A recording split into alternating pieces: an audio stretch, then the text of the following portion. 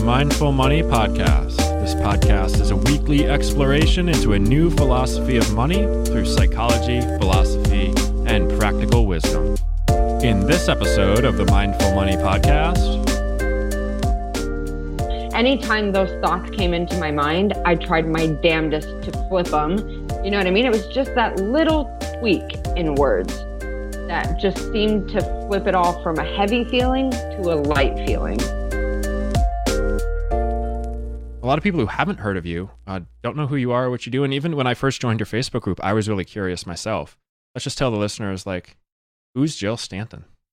Yeah, so I am one half of Screw the 9 to 5. My husband, Josh, is the other half. And it's essentially our corner of the web where we help people cut the overwhelm, cut the noise, and build their businesses strategically.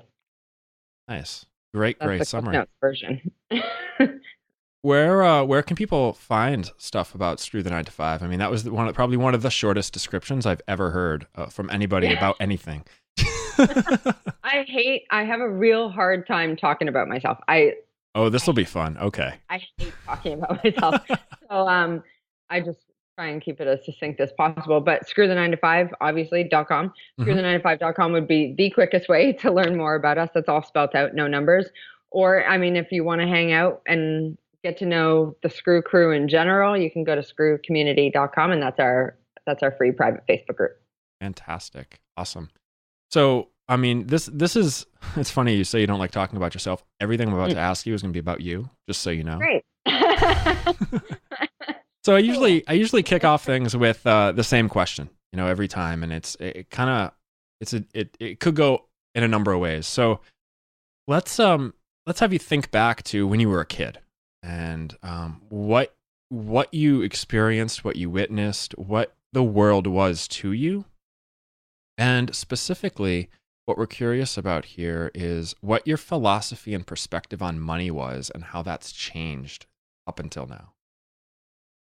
Definitely, I remember having it driven into my head that hard work is how you make money and how you become a success. And it's funny because around mid 2016 or early 2016, we had launched a product and it went really, really well, better than we were expecting. And it all felt so easy to do that it sent me into like internal crisis mode because it challenged all of my foundational beliefs around money and success and hard work. And it really took me a long time to work through that because growing up, I had it hammered into my head. You have to work hard if you want to make money. You have to work hard if you want to be a success and all this kind of stuff. So I can be a freaking workhorse and just drive myself into the ground because I used to think that's how you do it. And then just as I was growing up, I mean, we weren't hard up for money, but we weren't rolling in it either. But one thing I do remember is my mom loved going out for dinner at any excuse she could ever find. So just being able to treat yourself and splash out here and there is something that I also value because it's almost like a little reward for all the hard work. So I'm trying to recondition that, be like, I can do that even if it's not hard work. I can celebrate easy, effortless money attraction or money manifestation or whatever you want to call it. So it's just been a process of kind of reconditioning my beliefs around that and writing a new story. What's that story? That money is easy to make and can I swear? You can swear, yeah. And it's a fucking riot. You really wanted to say that. Yeah, well, it needs the word fucking in that to really get my point definitely, across. Absolutely.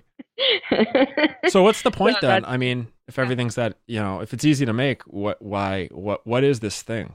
What is this thing we call money? Why? Well, explain to me what you mean.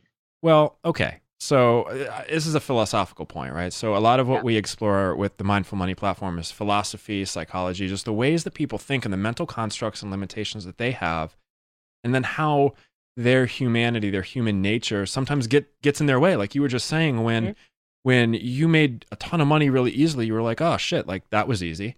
And it really screwed you up, no pun intended. Yeah. Yeah. So What you did there, Chris. yeah, witty. So, why does money exist if it's that easy of a thing to come by? And why, let me ask this, why do you think people get hung up by it? Because it's just built up as like this thing that somehow determines your worth in what we're Mm, trying to do. And I don't know if you, I'm sure actually, I don't know why I said I don't know if you've ever noticed, but I feel like all of us who have ever tried to build a business online have hmm noticed all these bullshit money claims of like, it's so easy to make six figures in 30 days. And I'm like, I love that voice, by the way. shut the fuck up. But I, I think it's just almost like a people use it as a sense of proof or something that they are worthy of you investing time and energy into paying attention to them. When really, I think money is almost like a form of accountability, right? Mm. If you pay for something, you put more value into it. You hold it in higher regard. You're like, okay, I invested in this. I'm actually going to get use out of it. That's why I think things like ebooks that are free are pointless because no one values it. How many ebooks have you signed up for in your life that are just sitting there you've never read? Yeah, exactly. There Hundreds? might have been like two or three that I've actually read. Yeah, exactly. Because there's no money accountability behind that. You know what I mean? Whereas when you put cash down, you take it more seriously. And so for Mm. me, I'd say money is accountability. So money is accountability, and getting it back then makes it still accountability.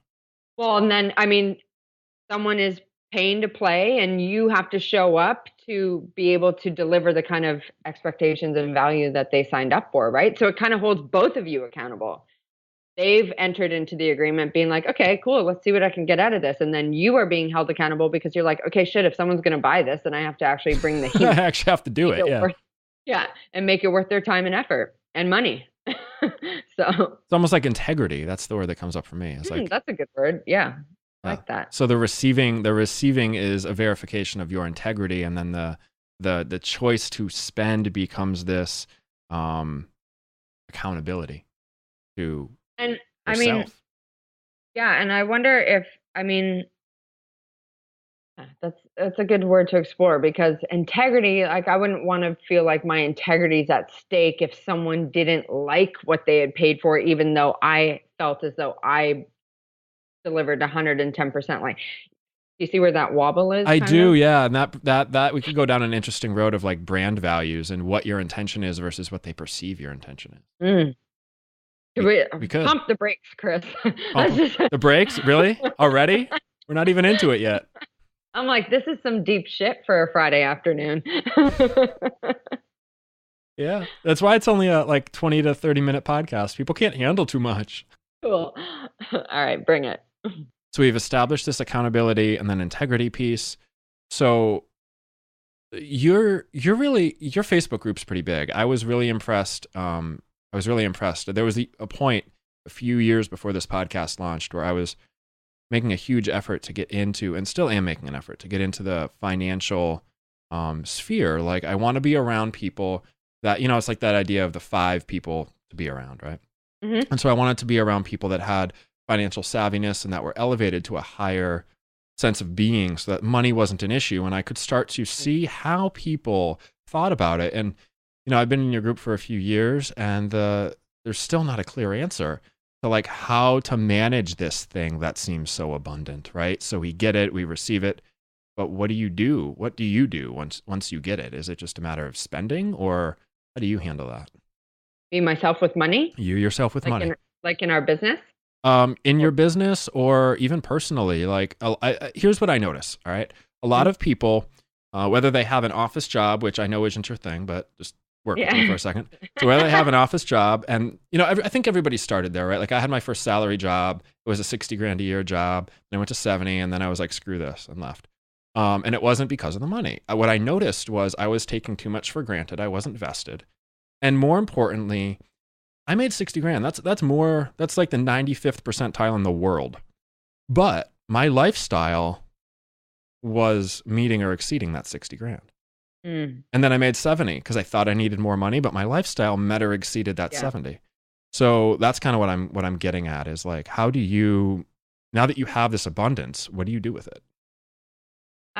So fortunately, I mean, we're kind of in a growth spurt with the screw right now. So not any money, but our whole business operates on profit first, which is an accounting money management system. Hmm. So for us, the more we make, the more we get to reinvest back into our business so we can serve at a higher level. So that's things like improving our membership site or bringing on key team members or, um, asking other experts to come in and paying for their time and helping set our members up for success and paying for our team to come and meet up with us so we can jam on things. Like I'm constantly looking for ways to reinvest that kind of cash so that it's not just like, oh, look at us, we're like eating up money, like I like to spend it, but I also Like like the to use Wolf of it Wall Street style?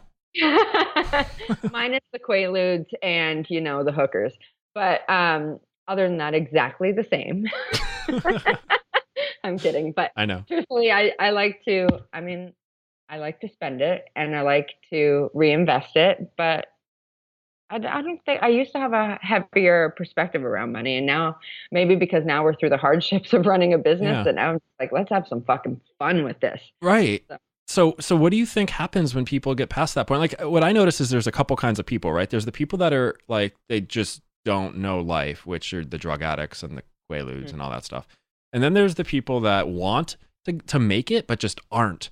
And there's something about them and there's something there. And then there's the people that are making the money, but at the same time, we keep saying this word money, money, money, but it's really a symbol. We're talking about something mhm. symbolic, right? So once they kind of surpass that point and start to have it, what do you think like changes? What do you think changes for them? It's not about and of course you like to spend it like you said, but there's a shift that happens internally.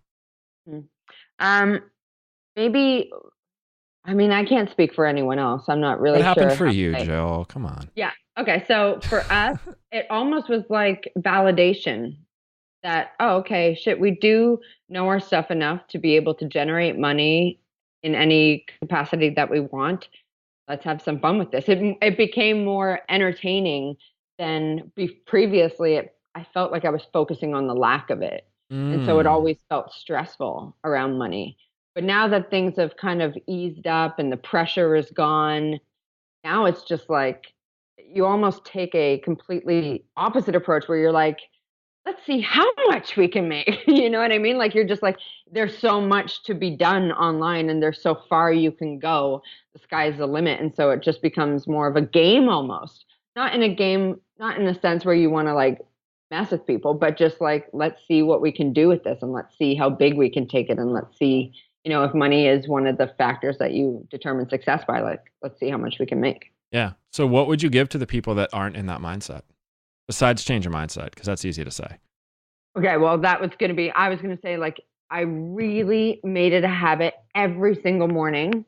I would sit down for 20 minutes and do I'm sure someone else has called it this too, but foster an attitude of gratitude. And I would just focus on all the things that were going so right at that time Mm-hmm. and really try to take that dependency off. Well, if I just made like an extra 2,000, it would be so much easier. Anytime those thoughts came into my mind, I tried my damnedest to flip them and see, okay, I actually have everything I need right now. And I Mm-hmm. look forward to more. Not, but I wish I had more. You know what I mean? It was just that little tweak in words that just seemed to flip it all from a heavy feeling to a light feeling. And from there, I felt like the clarity started seeping in, ideas started flowing, and the energy just picked up, and we just rode that wave. Nice. What are some other tricks you've used? Like you've got this. I love the but that you cut out but and put and. That's a practice that I discovered through life coaching a while ago, Nice. and huge difference. Like I've pointed that out to people, and they're like, "Yeah, that actually makes a huge difference."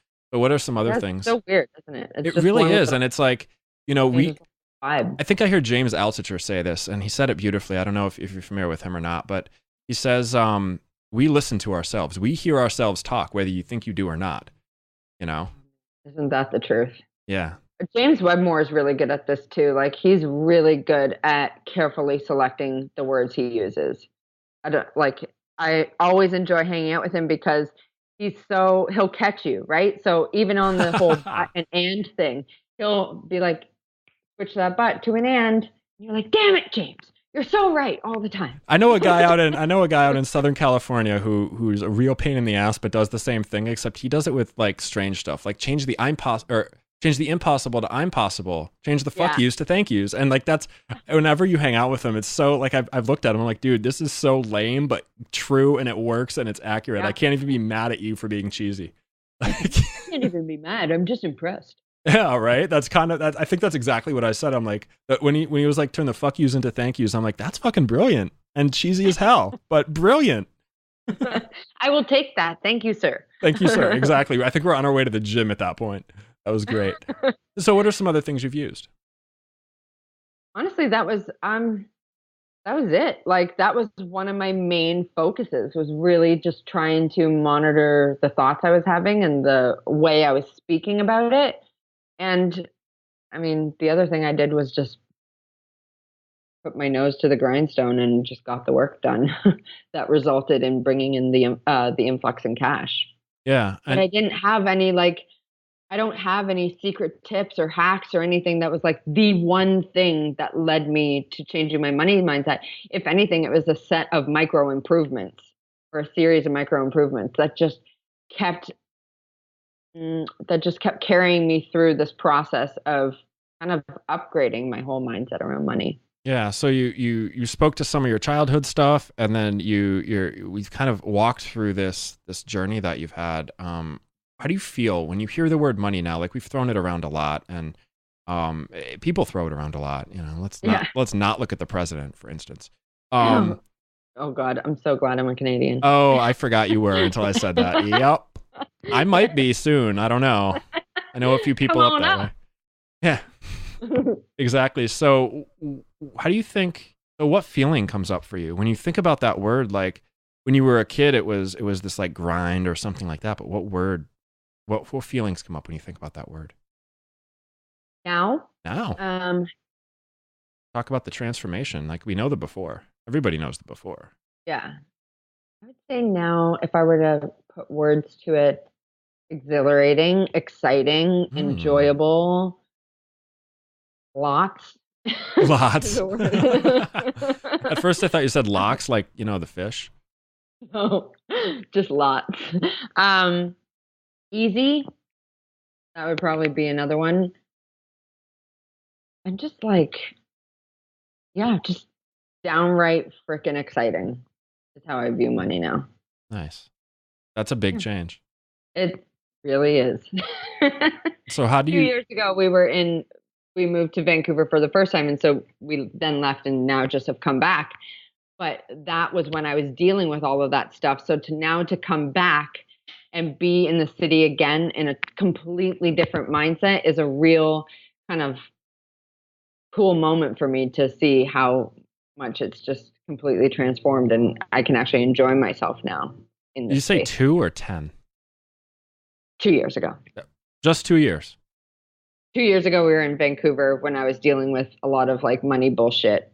Nice. And now we're back here. And that's how quickly it can change around. Yeah. So I like earlier that we talked about this idea of integrity and I think you said accountability. I keep going to responsibility for some reason, which I guess that fits too, but I mean, I guess that would, yeah. And I think the reason I'm going there is like, so you're in this better position now. How do you use that to change the world? What do you envision? I think we're doing that in a sense that we're taking care of our team. We're able to get them out of jobs, give them more security in their lives. Plus with our membership, I mean, shit, we spend so much of our time trying to help other entrepreneurs build businesses that light them up and keep them financially free. So I view that as a ripple effect. I might not be having a global effect on the world at large, but for me, the dent we're making right now feels great and I wouldn't have it any other way. Awesome. You don't have kids, do you? No, Okay, because you no, I just don't. mentioned this. I wouldn't have it any other way. I'm like, that sounds like something parents would say. Nope. So It what's is your also clearly what non-parents say. it is very clear. It's kind of like the single life versus the married life, I think. So what's created the most happiness for you? I don't think it's money. Money is just a means. So Yeah, uh, I would say yeah, the impact. Actually, I would say the connection. nice. The connection I've been able to create, or Josh and I have been able to create, because I wouldn't have been able to do it without him. The connection we have with our members inside Screw You, that gets me out of Mm, bed. Like that is what lights me up. And then the second is just seeing the visible impact that even us just being there to listen to them has had in their lives. That's huge for me. I mean, that's to me, that's what it's all about. so what's your next step though? Like, so you've got this stuff going. You're starting this new thing with the community. Your whole paradigm has shifted, and you're building these relationships. I mean, when you look down the path of life, where are you? 20 feet down the path. Probably like 5 feet into the 20, I would into say. into the 20. No, I mean, okay, yeah, of course you're what's at the 20-yard line. Oh, I see. Sorry. No problem. It's a visioning question. It's what's coming up. What do you Damn, you're hitting me with some like it's the end of the week. I thought we were gonna get online and swear a lot. No, I I'm mean, kidding. we It's could, okay. and we did, I think. I have so much more to swear about, Chris. You No, can, I okay, mean, feel so free. 20 It's meters. 20 meters. I don't know. Honestly, like huh. I don't have a good answer for that because so much in our world changes so quickly. And you have these ideas that just feel light, and you're like, yes, let's absolutely run with that. So I could sit there and, dream up what the 20-meter mark looks like or whatever. But that could change. Like to me, I want to have, I want Screw You baseline membership at 1,500 members who are all helping each other. They're connected.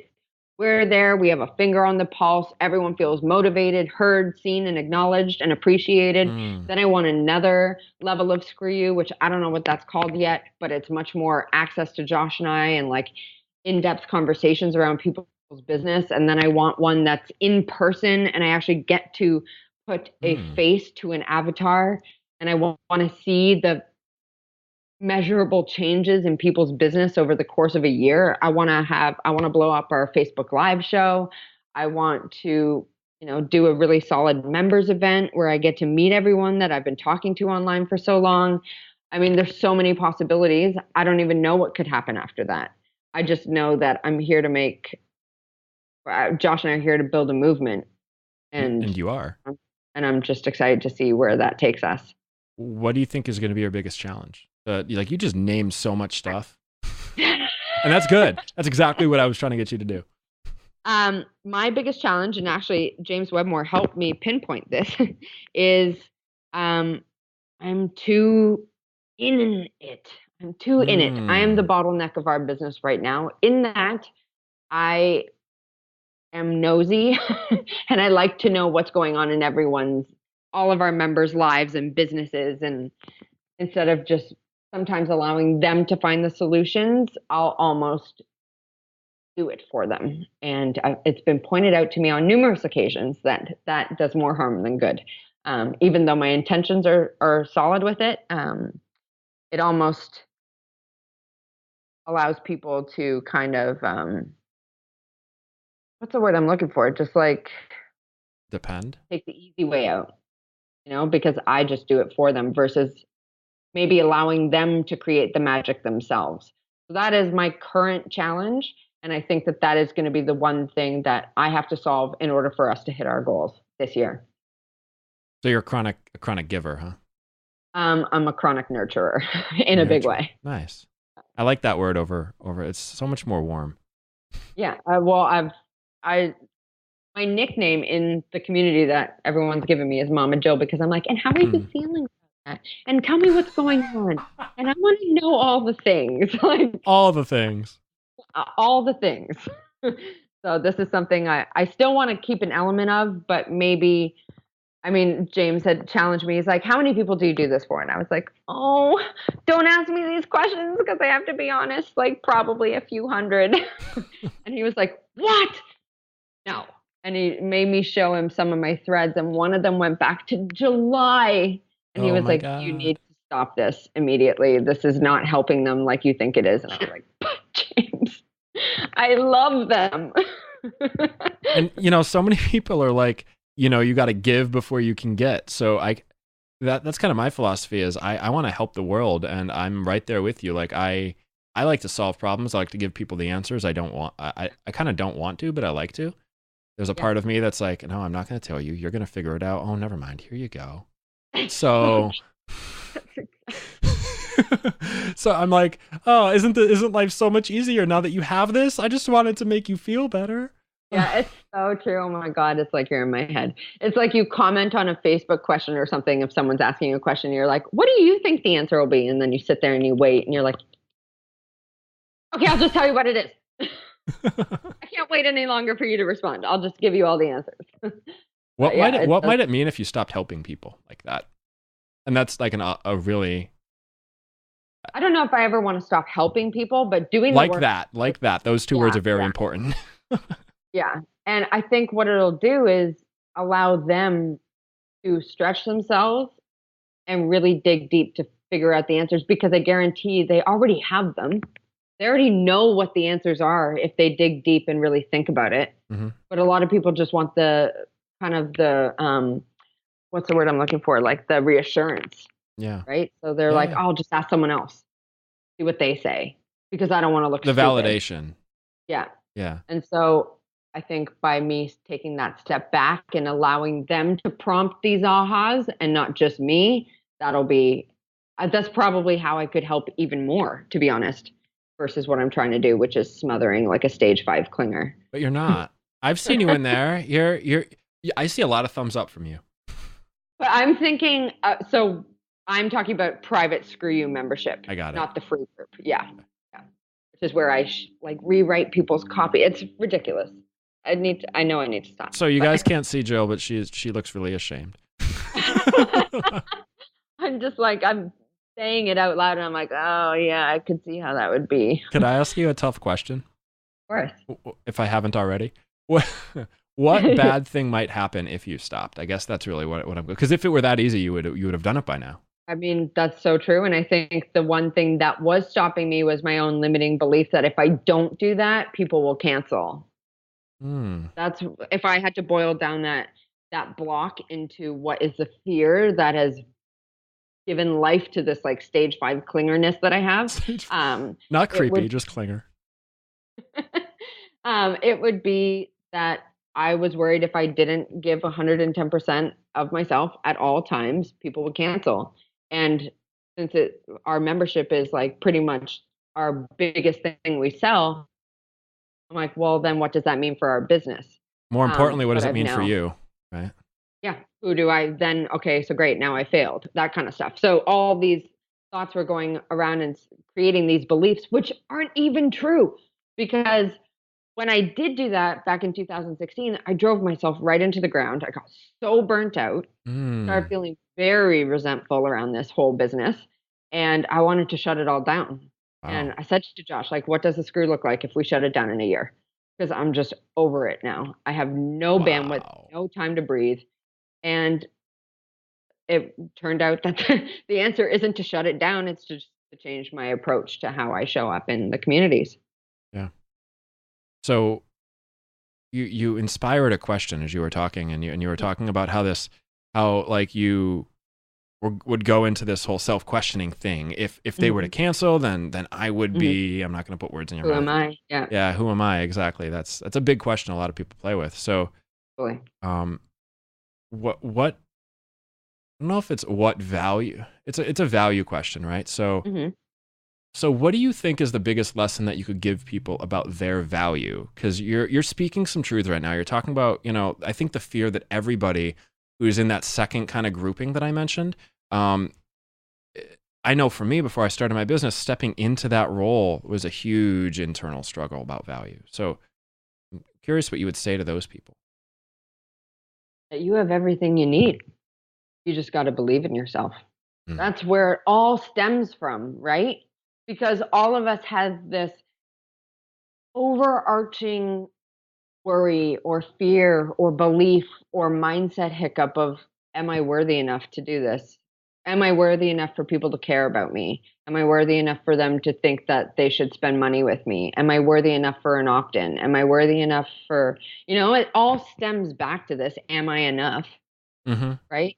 And if you don't already believe you are enough, how the fuck is anyone else supposed to believe that? So it all starts with you and the internal work you do to not only feel your best, but just believe you're the best version of you. And also, all of us are only ever doing the best that we can at any given moment, right? No matter what that looks like. One of my favorite things to remind myself when I do have these little mindset hiccups is I am where I am and where I am is okay. One of my favorite quotes from Abraham Hicks, because it really helps you realize, okay, well, I'm doing the best I can right now with what I have. And that's all anyone can expect, right? If I'm showing up and doing the very best I've got with what I've got, or doing the best I can with what I've got, There you then go. how's anyone supposed to expect more than that? Yeah. So you are. And it's interesting because when you have this not enough stuff going on, it's you not accepting that you're doing the best. There's Totally. You don't have anyone else being like, you know what? I don't think you're doing your best. I've never heard that. Except once maybe in preschool or something. You're like, you could easily make that hand-drawn turkey much better. You know the turkeys that you trace your hand? I know exactly what you mean. Yeah, Okay, it brought me back to like in first grade. They took a crayon. They're like, okay, you're gonna find the color crayon that I don't know why they did this. This is so racist. They're like, you're gonna find the color crayon that best matches your skin color. And so it was pretty horrible. So like I picked up the white crayon because I was a kid and I was a racist kid. So I picked up the white crayon and they're like, no, you can do better than that. It was like what? Am I supposed? Do you have peach? I don't know. Do you? I think I tried peach actually. I didn't know what to do. Yeah, exactly. So confused. Where I was so confused. Yeah. So we are our own worst critics, right? Oh, true.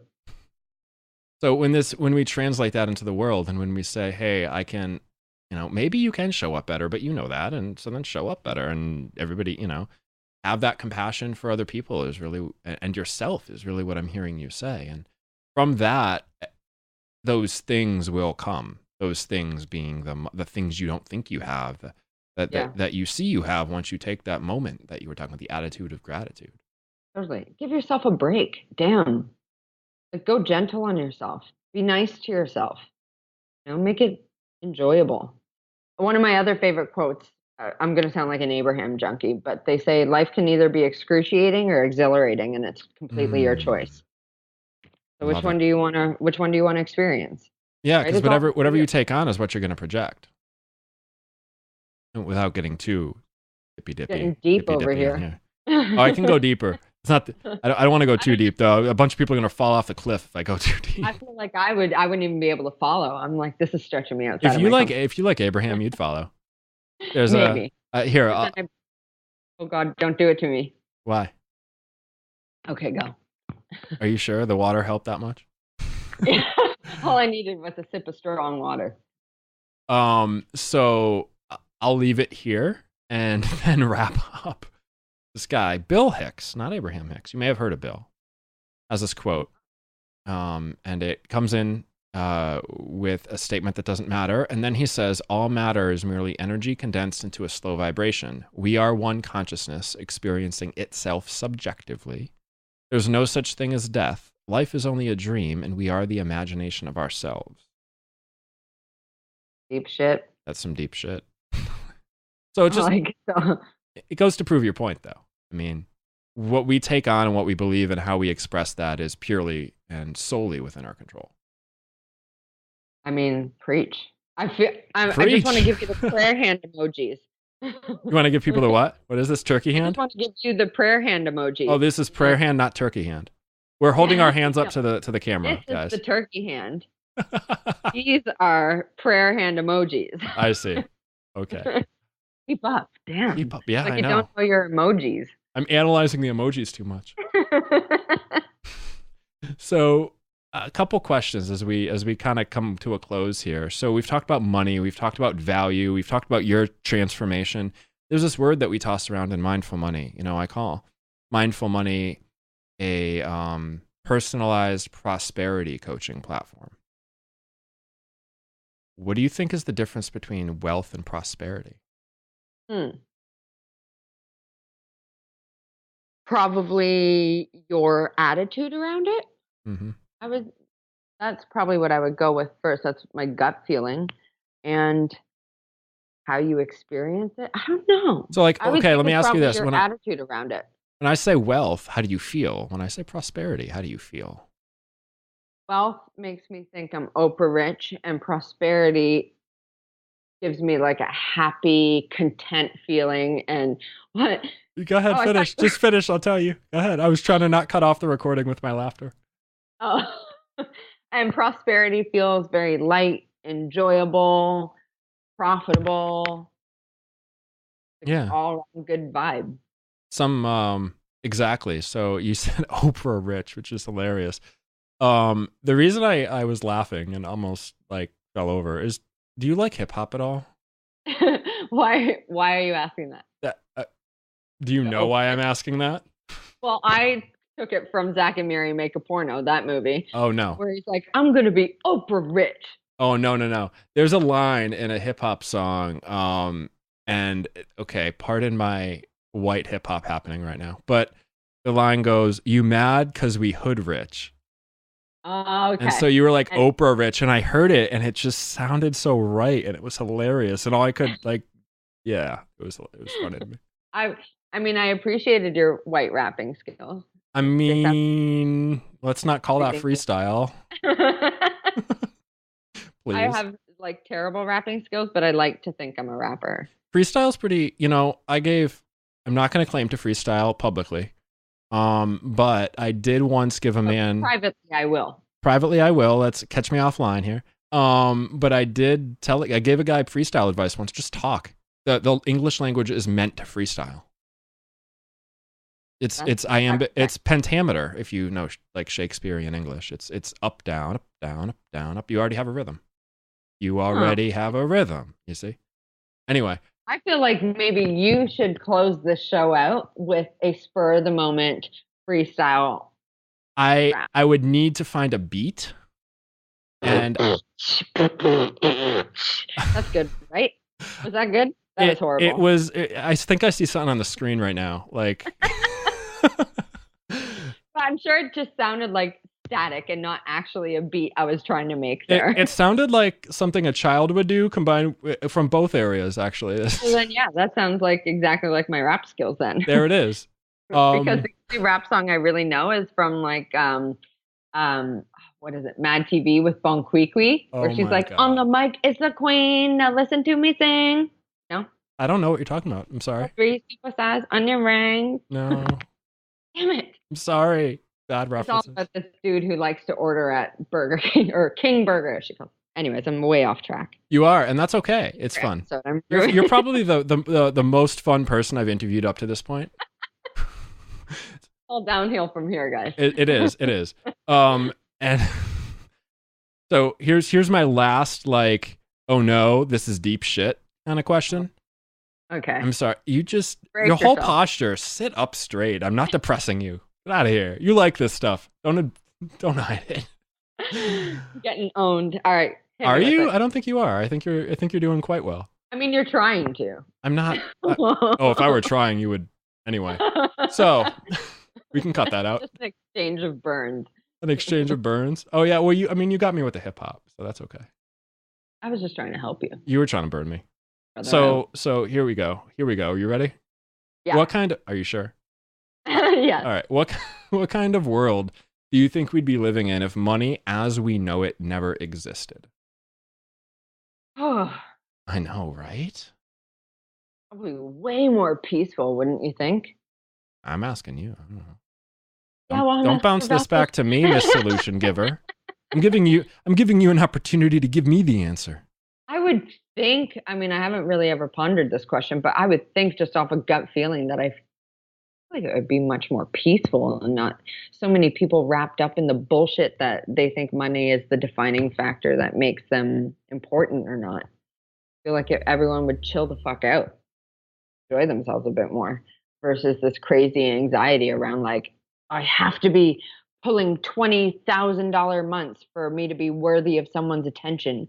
Or I need to have this flashy car or this big ass house for me to, feel better about myself. I feel like if that was never an issue, I mean, we could all just cut the bullshit and get on with it.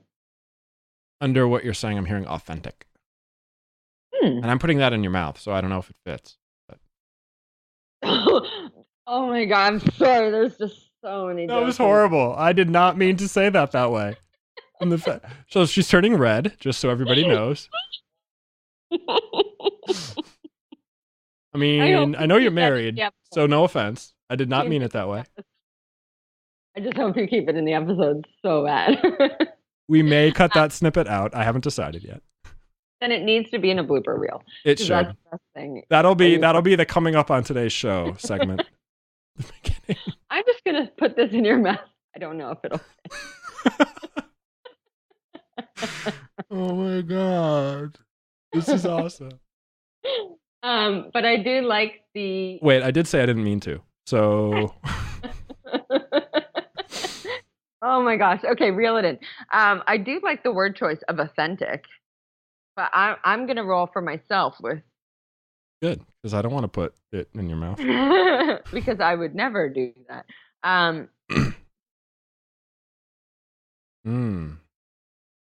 That's how I would think it would be. But I mean, who the fuck knows? Because I don't think that'll ever happen. I mean, it is what you think it is. Don't make me go down this road. I know. I'm like, okay, I'll pump the brakes. It's peaceful. It's either authentic. That's it. Stop there. Everyone's going to make you happy. Stop there. Awesome. I mean, we could keep going. It's been almost 50 minutes at this point, which it does not feel like it at all. So, Jill, what's that? It's been a good chat. I've had a good time. Oh, and there will be many more. I appreciate you, Jill. I had an awesome time here with you today, and you kind of gave it in the beginning, but again, where can people find you? Do you have a book? Like I know people are going to want to connect with you after this. Okay, so easiest way to do that is to come join our free Facebook group over at screwcommunity.com. Or if you want to learn more about Josh and I, you can hit up screwthe9to5.com, and that's all spelled out, no numbers. Awesome. Thank you so much, Jill. I appreciate you. This has been an awesome experience, and we'll talk soon. Thanks so much for having me, Chris. You're welcome. You've been listening to the Mindful Money Podcast, the podcast for people who want to align their money with their values. Love this show? Head over to iTunes to subscribe, rate, and review. Want more incredible show content? Head over to mindfulmoneypodcast.com for show notes, past episodes, and a sneak peek at what's coming next. In next week's episode of the Mindful Money Podcast. Find what would make you happy, figure out how to do that as much as you can, and the money will come or be a byproduct of that. If you can't make money doing what makes you happy, then you're doing it wrong or you're not trying hard enough.